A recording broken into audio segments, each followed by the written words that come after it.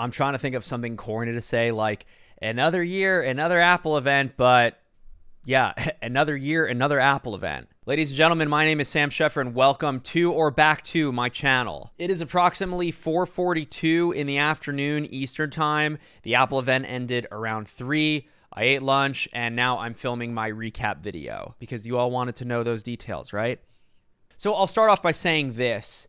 The event whelmed me. I'm not overwhelmed. I'm not underwhelmed. It was definitely an S upgrade year. And it was because we got the iPhone XS and XS Max. We'll start with those. So the iPhone XS is a direct upgrade to the current iPhone X. It is effectively shaped and looks exactly the same, has the same screen resolution, but it comes in a new color, this gold, which I've seen a bunch of photos, kind of looks like this creamy kind of color. It looks nice. The phone still has a notch. The phone still has a lightning connector, but as far as upgrades go, it has the A12 Bionic chip inside. It has faster Face ID, and then one of the two cameras on the back is new. So that telephoto lens on the back of the XS, from what I understand, is exactly the same as on the current generation iPhone X. In terms of storage, the phone comes with 64 gigabytes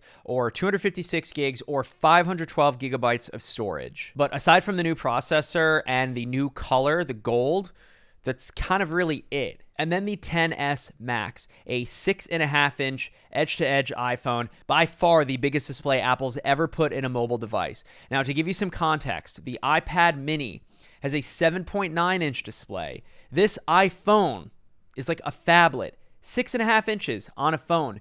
Gigantic. Now, because that phone is physically bigger, it A, costs more, B, has a higher resolution display, and C, has better battery life, which is to be expected, right? Now, unlike the previous model iPhones, let's say the 8 and 8 Plus, the 8 had a single lens camera system. The 8 Plus has the dual camera lens system. Both the XS and the XS Max have basically on paper the exact same specs, aside from obviously the cost. Now, if you're curious, the most expensive iPhone, that is the XS Max, 512 gigabytes, will cost you a whopping $1,449, and that is before tax. That'll put you above $1,500 for a smartphone. Ladies and gentlemen, we made it. Now, two other interesting features that stood out to me are seemingly this stereo audio recording. When I was listening to the keynote, it sounded like there was some binaural audio happening. I'm pretty sure that's what's happening. Correct me if I'm wrong in the comments, but I think these new iPhones, the XS and the XS Max, have the ability to do true stereo audio recording. And probably what I think is the coolest feature, like the most standout feature from both of these phones, is the ability to adjust the aperture, adjust the bokeh after you've taken the photo. They did demos of this on stage. I was very impressed with this. It reminds me of the Lytro camera from yesteryear, and you can do this with the front camera system as well as the back camera system. That is very cool. Pre-orders for the iPhone XS and XS Max go live this Friday, September 6th, and the phones go on sale next Friday, September 21st. Now, there's obviously stuff that I missed that I plan on covering in future videos, like a proper review. Now, I'm telling myself that 6.5 inches is huge, and I've always longed for a smaller screen iPhone, but it just looks so nice, like to have such a big, beautiful, bright display to consume on that thing and to use that to take pictures and have that as your viewfinder and then to like play back your media on there. I think I'm going to end up getting both the iPhone XS and the XS Max. I just don't know which phone I'm going to use as my daily driver. Okay, moving on from the XS and XS Max, there is another new iPhone called the iPhone XR that comes in a bunch of colors. We haven't seen Apple do this many colors on a smartphone since the iPhone 5C. There's red, blue, yellow, this like creamy peach, black, and white. Sorry, Apple's calling it coral. Not Laurel and not Yanny, but coral. So this phone is interesting. This phone looks like and has similar internals to the iPhone XS and XS Max. It has the A12 Bionic. It only has one camera on the back. It has the new faster Face ID. It has a lightning port. It has the notch, but storage is a little bit different. 64, 128, and 256 gigabytes. And it doesn't have an OLED display. It has an LCD display. And fun fact, it is not even 1920 by 1080. This display is not even, quote, full HD.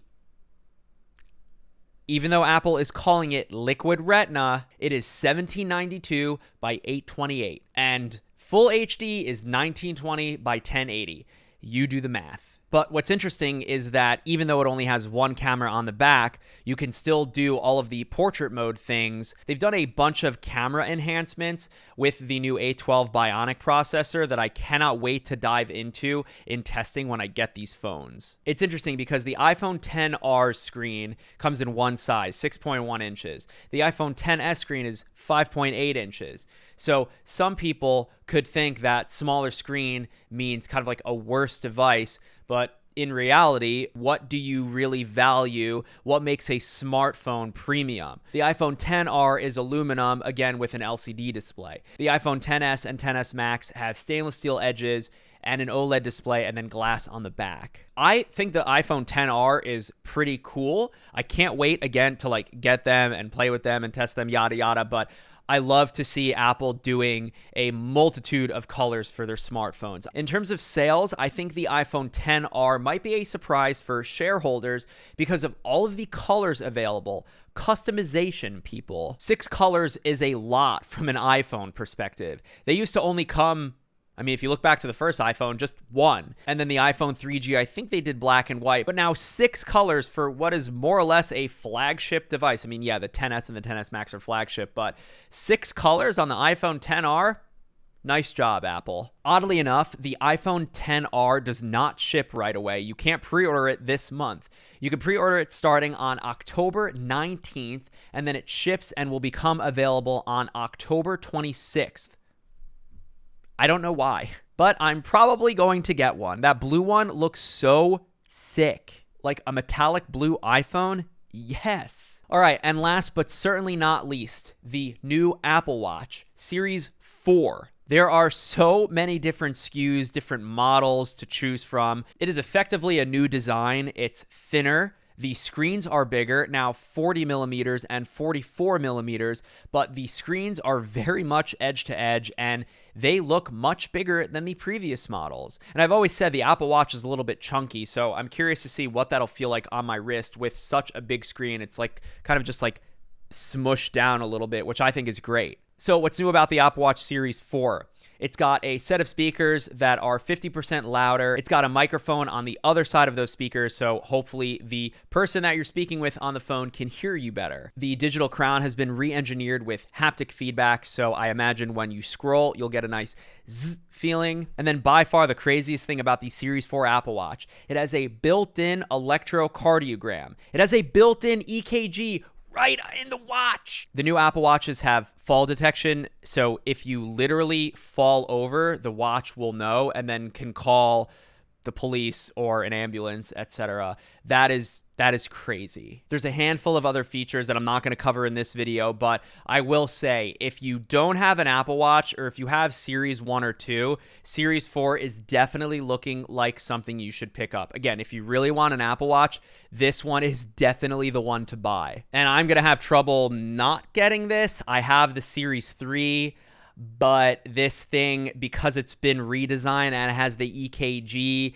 and it has the new speakers and the repositioned microphone, it's going to be hard for me not to buy it. There was a lot more that Apple covered, but those were just some of the highlights, some of my takeaways that I wanted to share with you. Thank you so much to everyone that tuned in today on Twitch. We did over 600 concurrent viewers.